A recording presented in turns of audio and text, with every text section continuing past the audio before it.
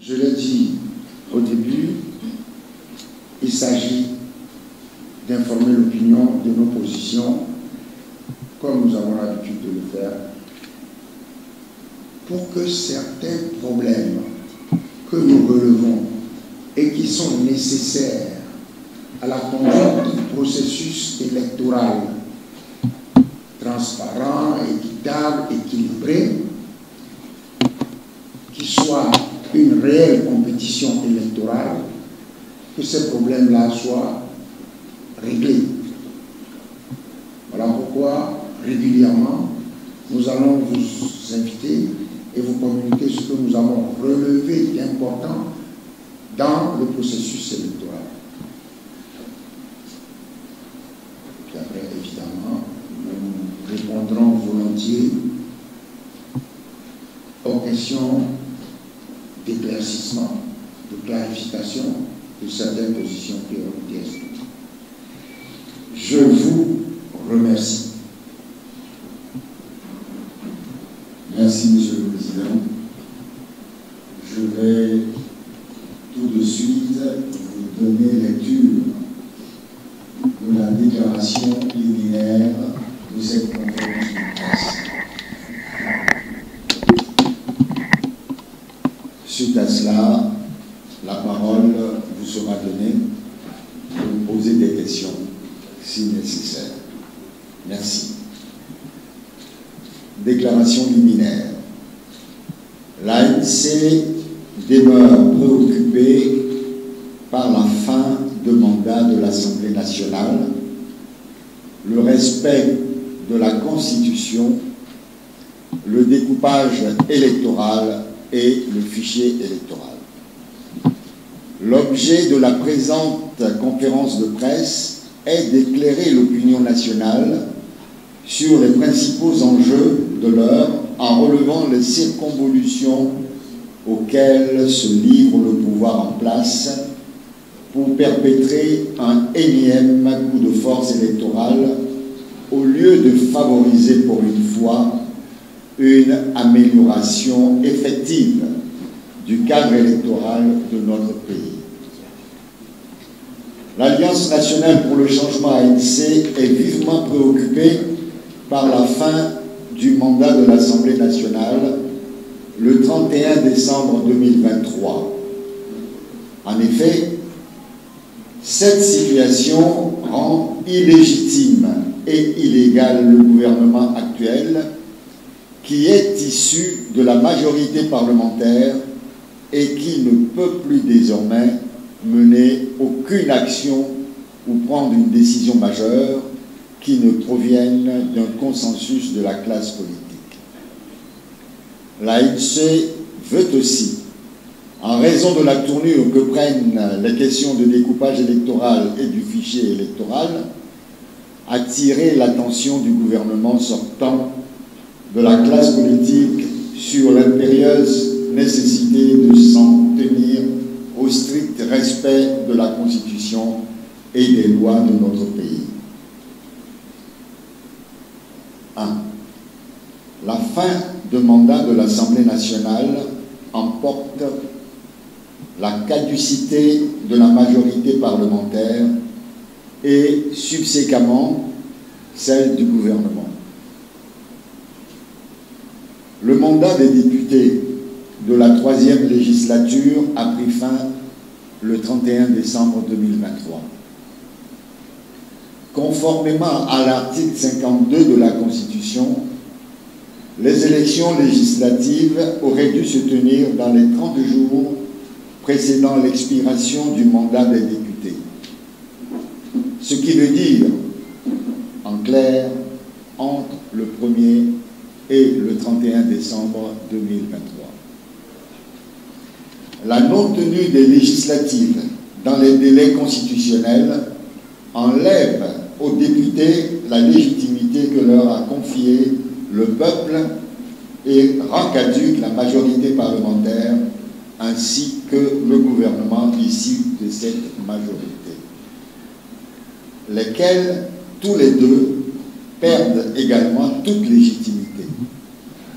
Ce qui fait de notre pays que notre pays n'a plus qu'un gouvernement de fait. Au total, n'ayant plus de légitimité, l'Assemblée nationale et le gouvernement ne peuvent plus agir légalement au nom du peuple togolais. En conséquence, faute d'un consensus de la classe politique autour d'un accord politique, aucun acte gouvernemental ne saurait désormais s'imposer au peuple togolais. Voilà pourquoi l'ANC appelle à une organisation consensuelle des élections régionales et législatives prochaines. L'ANC en appelle particulièrement au chef de l'État pour favoriser des discussions politiques ouvertes, sincères et positives visant notamment l'amélioration du cadre électoral en vue de l'organisation d'élections équitables et transparentes qui garantissent la quiétude sociale dans un état de droit. Pour être conforme à la Constitution, le découpage électoral pour les élections législatives doit obligatoirement être fondé sur le poids démographique de chaque circonscription électorale. Le gouvernement, à la suite de la 12e séance du CPC, a envoyé à l'Assemblée nationale le 18 décembre 2023 un projet de loi dans lequel il prétend qu'un consensus aurait été trouvé par la classe politique pour porter le nombre de sièges de députés à 117.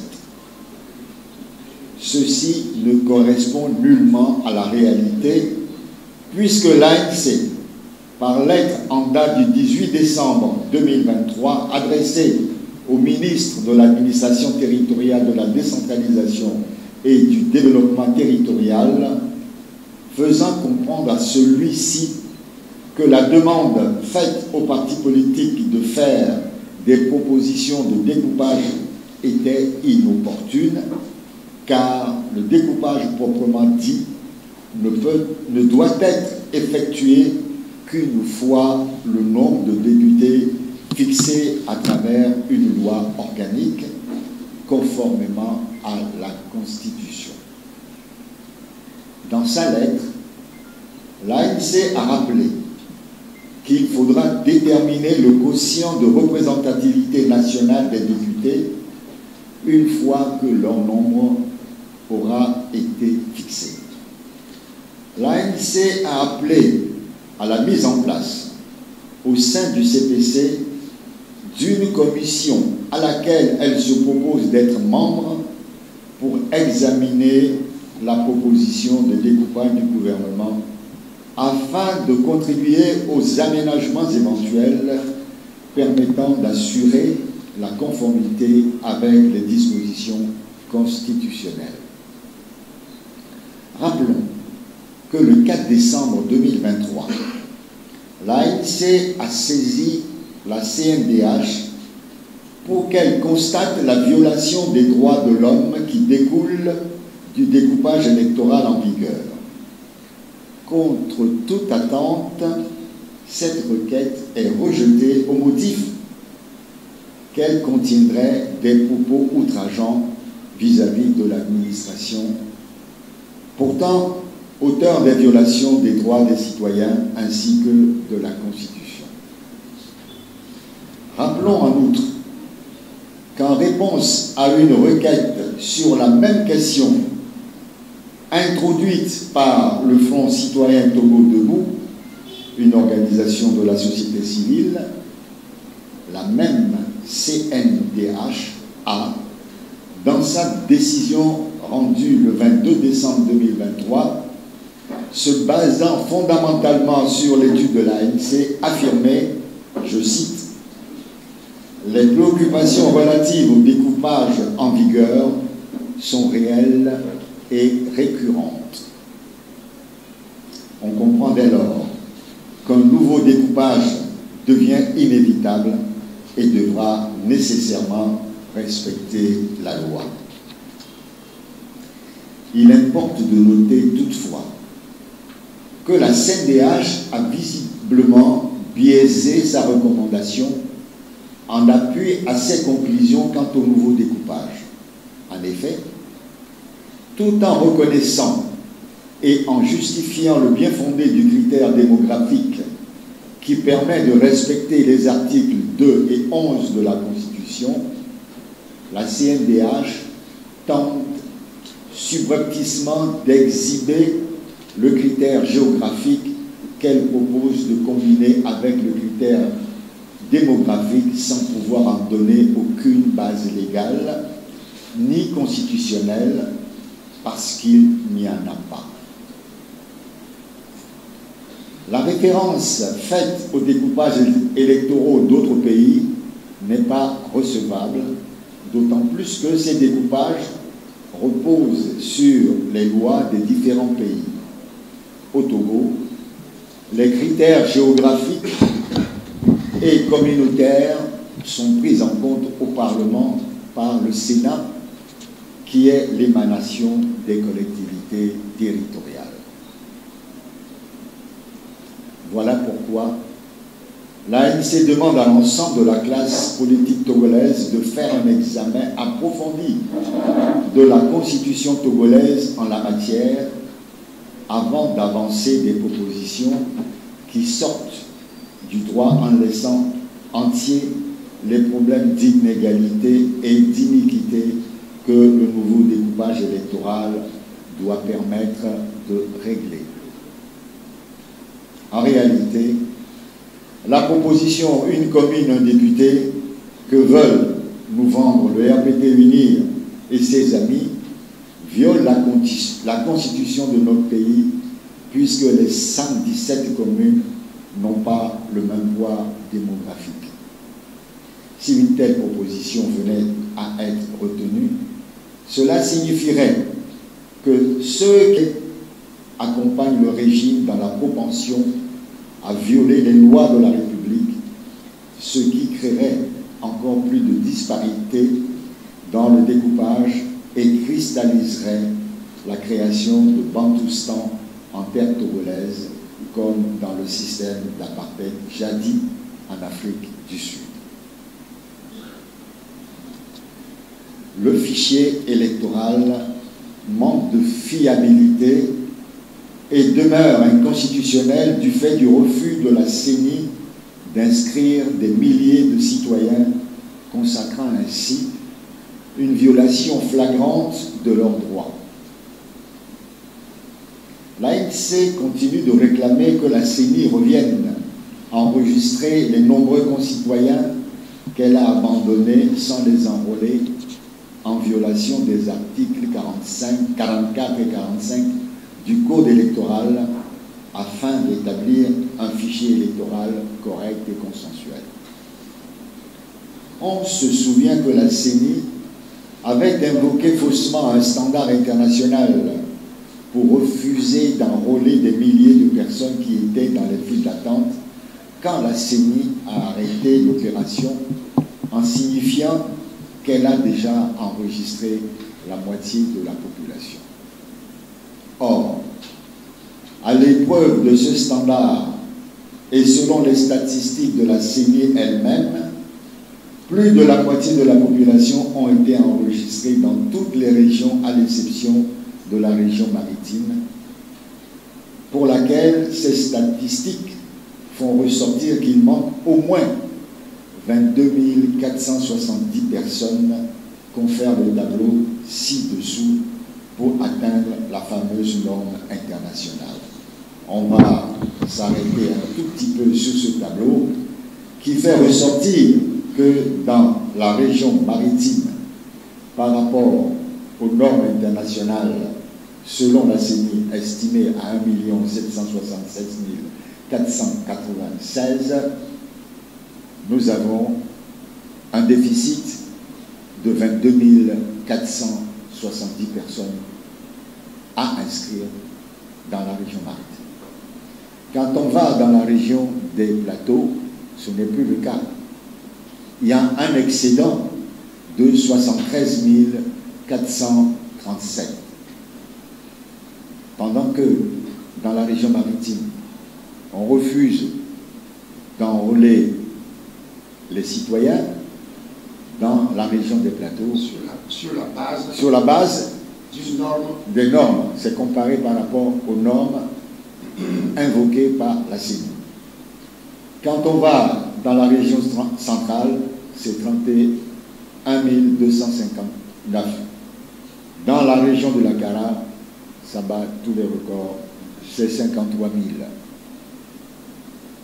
Quand on rapporte ça à des statistiques, en pourcentage, on voit globalement que dans la région des plateaux, c'est autour plus 8% environ.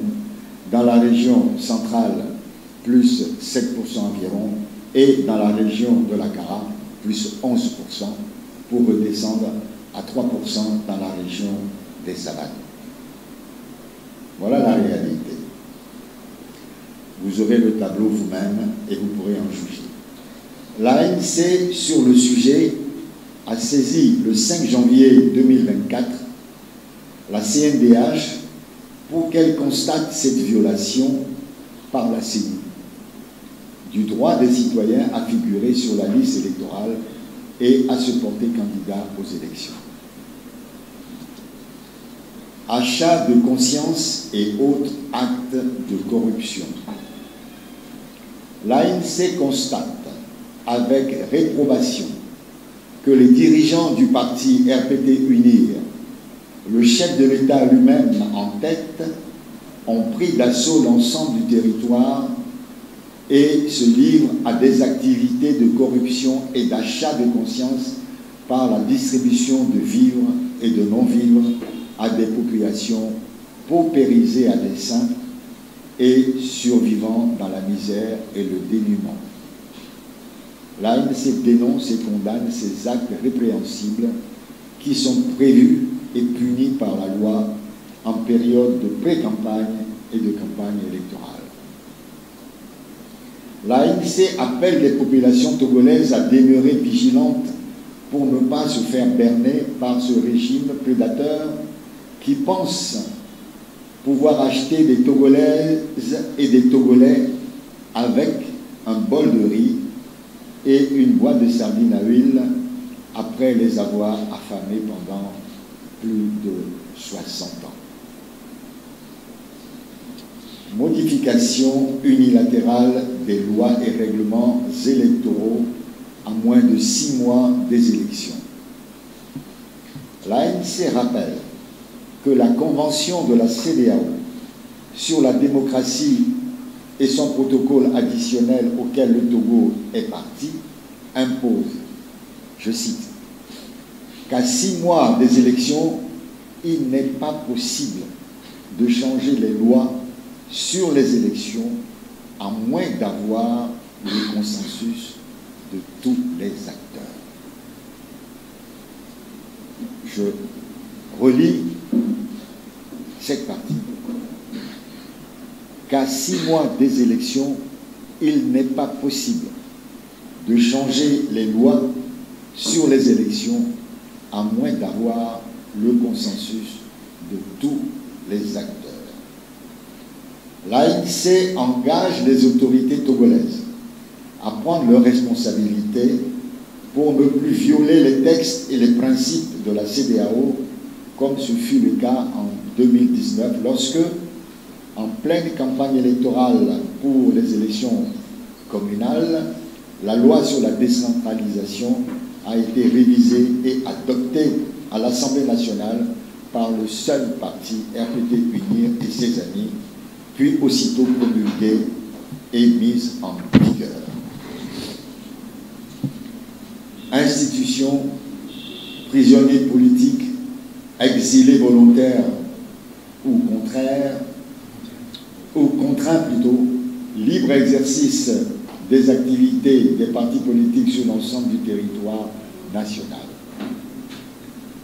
À sa dernière conférence de presse le 8 décembre 2023,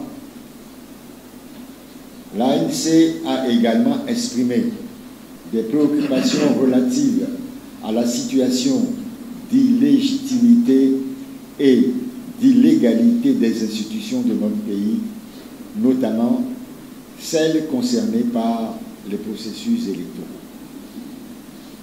L'ANC réitère les mêmes préoccupations et appelle la diligence du gouvernement sortant pour accélérer le règlement des cas comme ceux de la CENI et de la Cour constitutionnelle. De plus, l'ANC considère que la veille des élections et de surcroît le début de la nouvelle année sont une occasion propice à la création d'un climat d'apaisement sociopolitique permettant la libération des prisonniers politiques, le retour sans crainte de tous les exilés volontaires ou contraints, la levée définitive des inculpations dans l'affaire des incendies des marchés de Lomé et de Kara, l'ouverture des discussions structurées en vue de dédommagement conséquent de toutes les victimes des incendies des marchés. En conséquence, l'ANC appelle le gouvernement sortant à initier dans ce sens toute mesure pertinente. Au demeurant, les Togolaises et les Togolais vivent mal de voir leur chef d'État s'auréoler de grandes médiations dans tous les sens, obtenant la libération de 49 prisonniers par-ci et celle du fils d'un ancien président par-là, alors que dans son propre pays, nombre de ses compatriotes d'opinions politiques divergentes croupissent toujours en détention. En outre, l'ANC engage le gouvernement sortant à instruire le ministre de l'administration territoriale, le ministre de la sécurité et de la protection civile, le ministre de la défense nationale et des anciens combattants, les préfets, les autorités municipales et les chefs traditionnels à s'astreindre au respect rigoureux de la loi portant charte des partis politiques ainsi que la loi portant statut de l'opposition, notamment en vue d'assurer et de protéger le libre exercice des activités des partis politiques sur toute l'étendue du territoire national. Enfin, l'ANC tient à rappeler que la situation institutionnelle créée par la fin du mandat de l'Assemblée nationale fait obligation au pouvoir en place et à la classe politique d'œuvrer de concert, et ce, jusqu'à meilleure fortune dans un cadre de discussion et de décision politique ou de consensus, où le consensus doit prévaloir. Fait à Lomé le 10 janvier 2024 pour le Bureau national, le président national Jean-Pierre Fabre. Je vous remercie.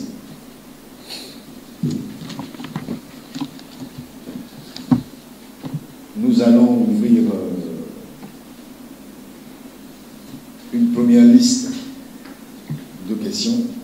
Si vous souhaitez avoir des précisions ou si vous estimez que certains points que vous auriez souhaité voir dans ce liminaire n'y sont pas, nous sommes à votre écoute. Donc nous allons prendre dans un premier temps une première série de 5 personnes. Vous voudrez bien donner votre nom ainsi que votre organe. Merci beaucoup.